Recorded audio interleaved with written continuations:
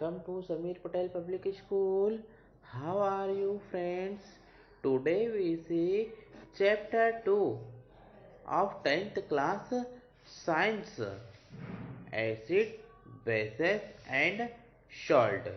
Watch the video from start to end. If you like the video then please like and share. आइए हम chapter 2 acid basis and salt को solution कर लेते हैं। ठीक है, इसमें हम फर्स्ट क्वेश्चन देखते हैं। Why should curd and sour substance not be kept in brass and copper vessels. दही और खट्टे पदार्थों, ठीक है, दही और खट्टे पदार्थों को पीतल और तांबे के बर्तन में क्यों रखना चाहिए। ठीक है, दही और खट्टे पदार्थों को पीतल और तांबे के बर्तन में क्यों नहीं रखा जाना चाहिए। इसका सॉल्यूशन देख लेते हैं। Curd and sour food substance contains acids. This acidic substance combined with metals. दही और खट्टे खाद्य पदार्थों में एसिड होते हैं। ठीक है, एसिड होते हैं और ये अम्लीय पदार्थ के साथ जुड़ते हैं। ठीक है, और ये अम्लीय पदार्थ के साथ जुड़ते हैं। This reaction turn food to poison which damage people's health. यह प्रतिक्रिया भोजन को जहर में बदल देती है। ठीक है, यह प्रतिक्रिया भोजन को पॉइजन्स में बदल देती है जो लोगों के स्वास्थ्य को नुकसान पहुंचाती है। ठीक है, डैमेज पीपल हेल्थ। ठीक है, जो लोगों के स्वास्थ्य को नुकसान पहुंचाती हैं। ठीक है, नेक्स्ट क्वेश्चन देखते हैं। Question number 2, which gas is usually liberated when an acid reacts with a metals।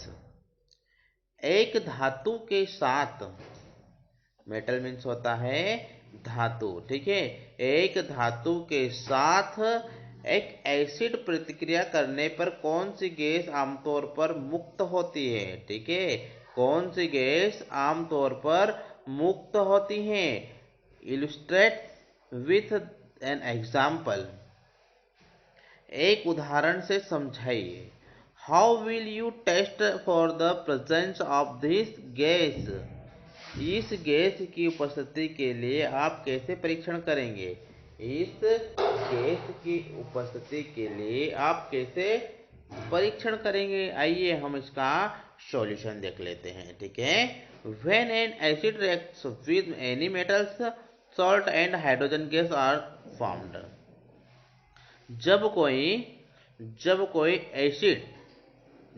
Acid किसी मेटल के साथ प्रतिक्रिया करता है। ठीक है, किसी मेटल्स के साथ रिएक्ट करता है तो नमक और हाइड्रोजन गैस बनती है। ठीक है, सॉल्ट एंड हाइड्रोजन गैस। ठीक है, नमक और हाइड्रोजन गैस बनती है। जैसे मेटल प्लस एसिड मीन्स धातु प्लस अम्ल से सॉल्ट प्लस हाइड्रोजन गैस। ठीक है, नेक्स्ट क्वेश्चन देखते हैं। Question number 2, why does an aqueous solution of N acid conduct electricity. एक अम्ल का जलीय विलयन विद्युत का संचालन क्यों करता है। जलीय विलयन विद्युत का संचालन क्यों करता है। इसका सॉल्यूशन देख लेते हैं। Charge particles are responsible for the conductance of electricity in an acid. Charge के लिए गए कण एक एसिड में बिजली, ठीक है, बिजली के प्रवाह के लिए जिम्मेदार है, उसके लिए रिस्पॉन्सिबल है।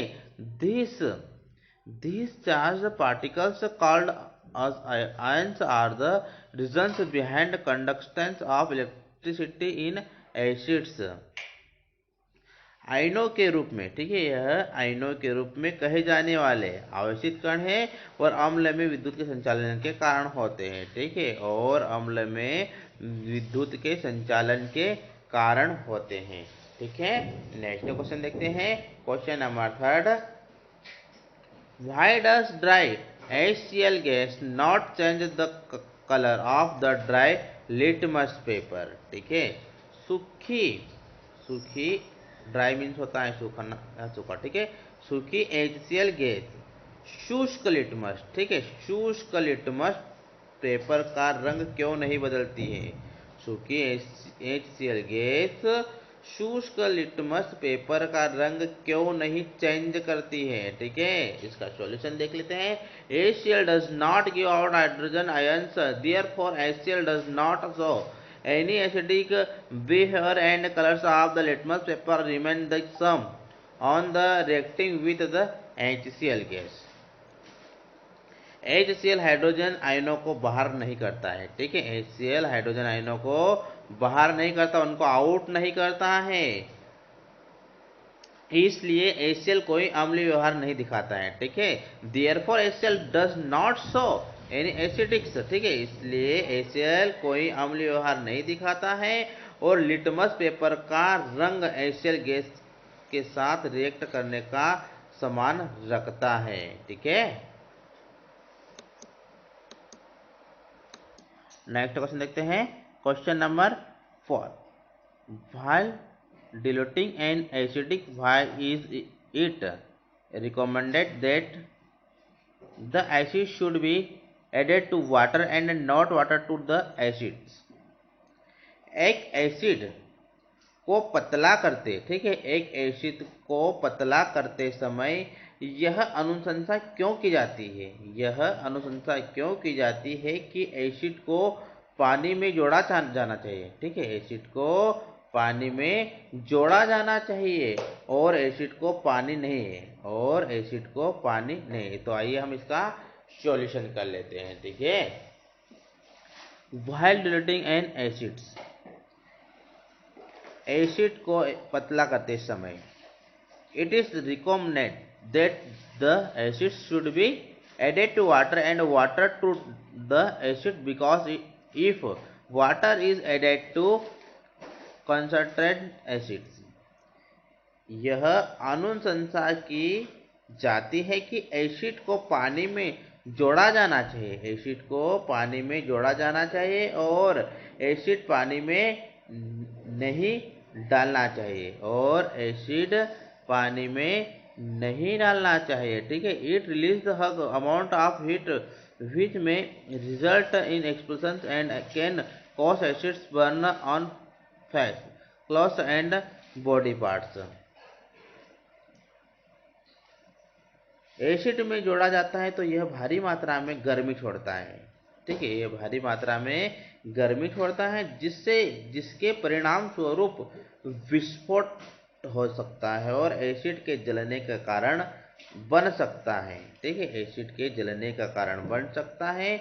चेहरा, कपड़े और शरीर के अंग, ठीक है, चेहरा, कपड़े और शरीर के अंग, ठीक है। Hence it is safe to add acid to water but not water to acid.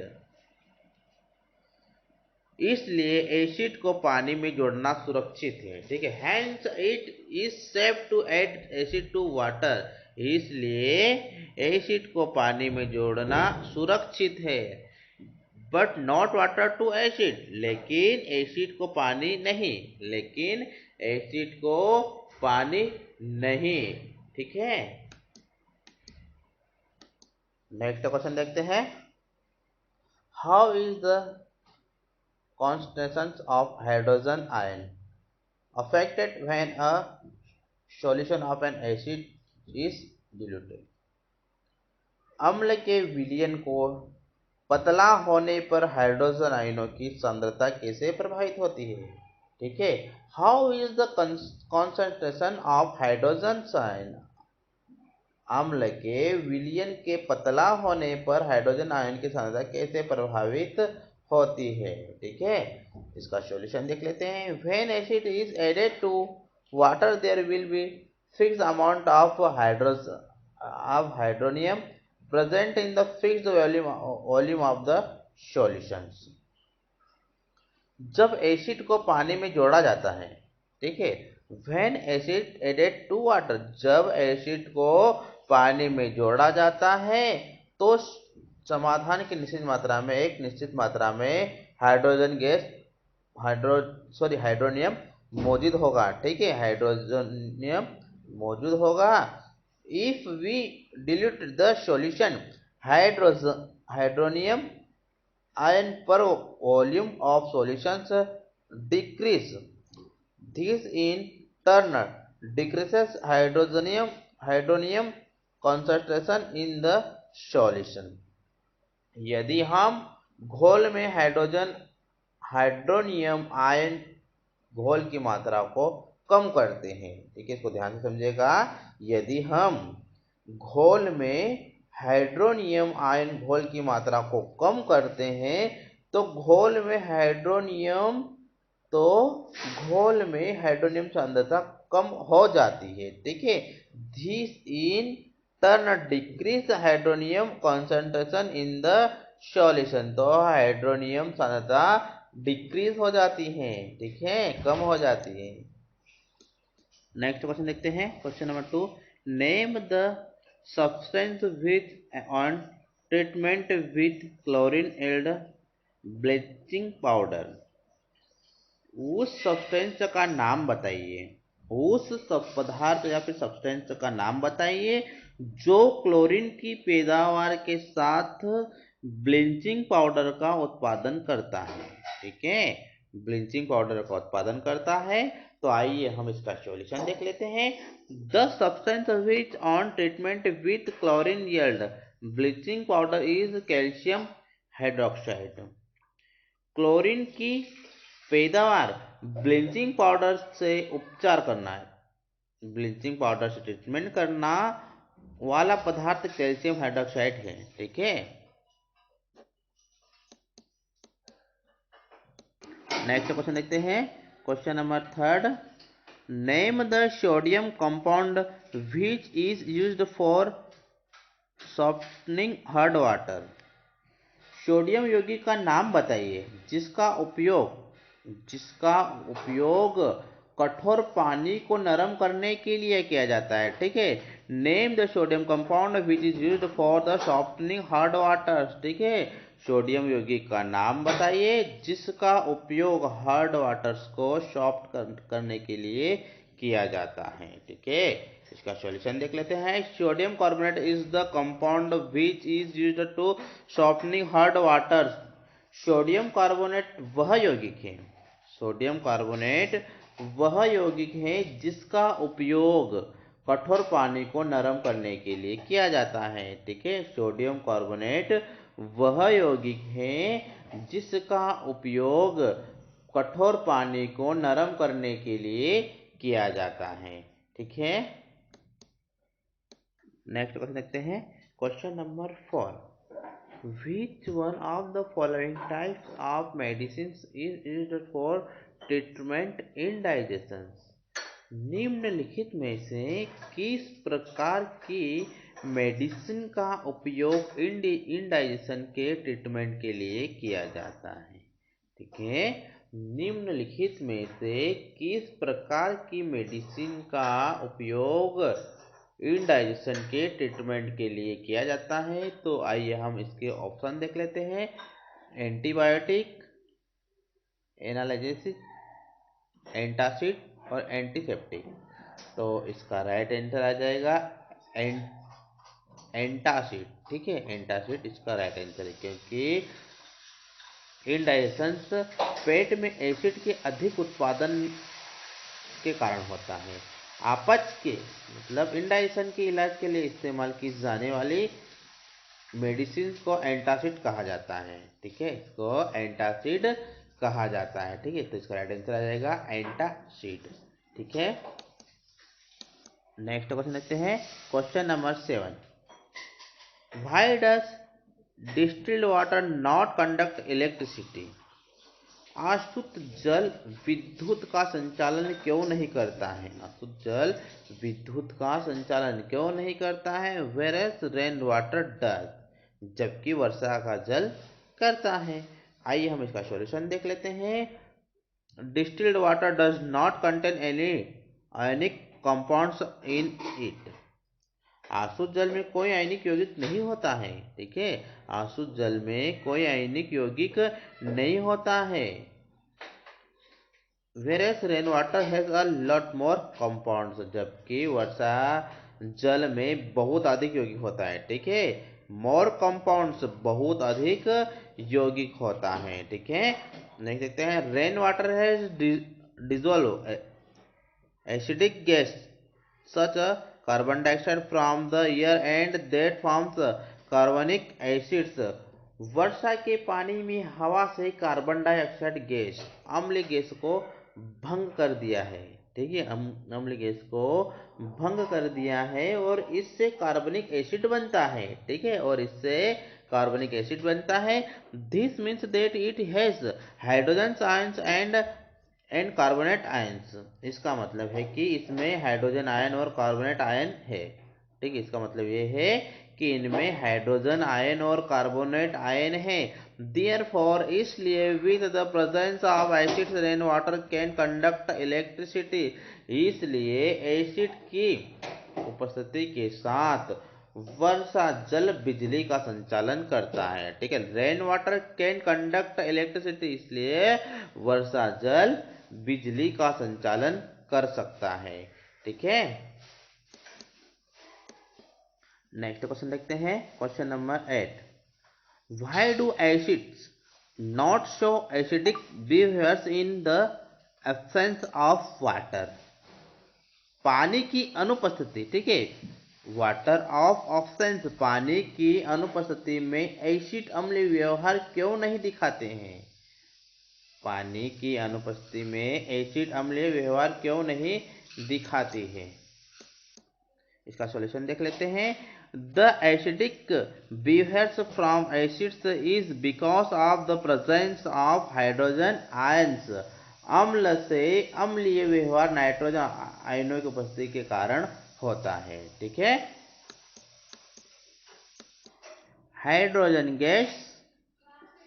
hydrogen ions can only be produced in the presence of water and therefore water is identified needed it acid are to show their acidic behaviors।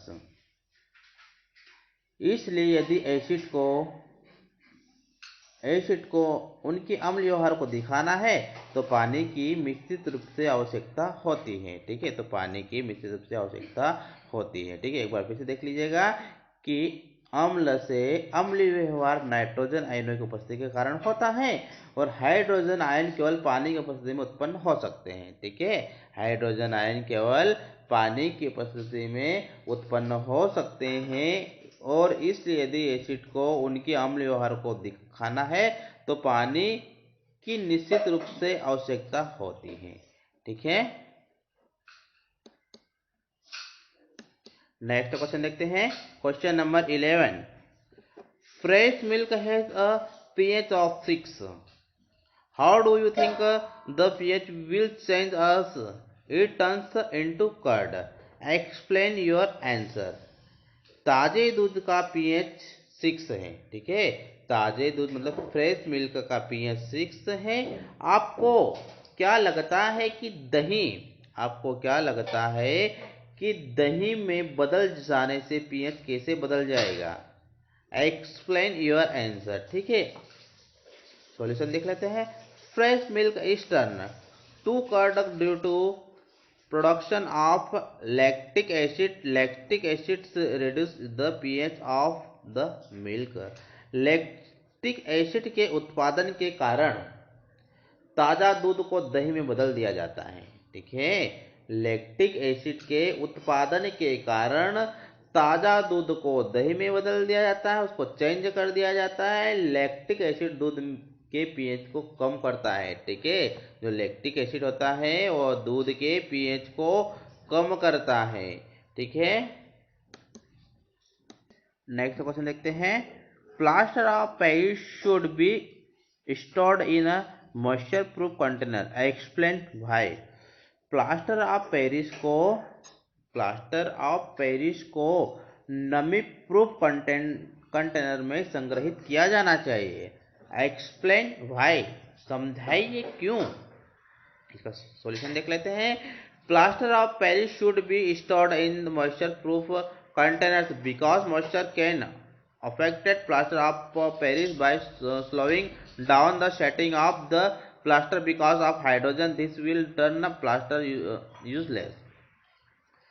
Plaster of Paris को नमी proof container में संग्रहित किया जाना चाहिए because क्योंकि hydrogen के कारण नमी प्लास्टर की सेटिंग को धीमा करके क्योंकि हाइड्रेशन के कारण नमी प्लास्टर की सेटिंग को धीमा करके पेरिस के प्लास्टर को प्रभावित कर सकती है। ठीक है, पेरिस के प्लास्टर को प्रभावित कर सकती है।